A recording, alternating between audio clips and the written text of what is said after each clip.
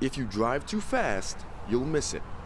A small, inconspicuous house that sits on the corner of Marion and Elmwood, that's home to SC63, an organization that focuses on recognizing the happenings of the civil rights movement from 1963 and on in Columbia and throughout South Carolina. Chipped paint, dusty windows, and rooms filled with the history you won't find in a textbook.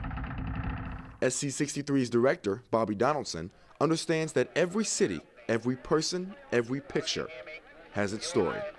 So during the course of the Columbia 63 project, we have started meeting people who were young student leaders at the time.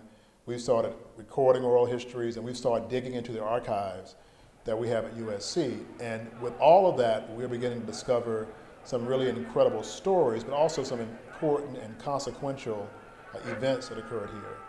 Consequential events like two sit-ins that were held in the 1960s right here in Columbia that helped pave the way for the civil rights movement on a national stage. And just last week, SC63 unveiled two new historical markers downtown in their honor.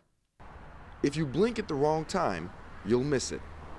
The first marker, a black and silver placard at 1530 Main Street, erected in tribute to two brave students, Tamaj Neal from Benedict College and Simon Bowie from Allen University, pictured here on the right, who on March 14, 1960, staged a sit-in at the Eckert's luncheonette counter.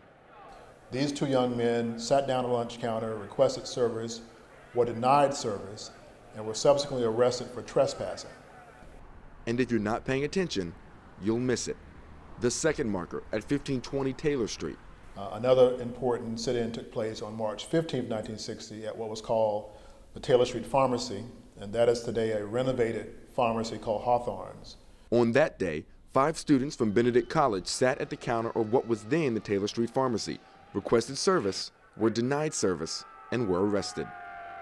So the markers that were dedicated on Thursday were markers that acknowledged the heroic efforts of young men and women who dared to believe that Columbia could be different. With Carolina News, I'm Alan Devlin.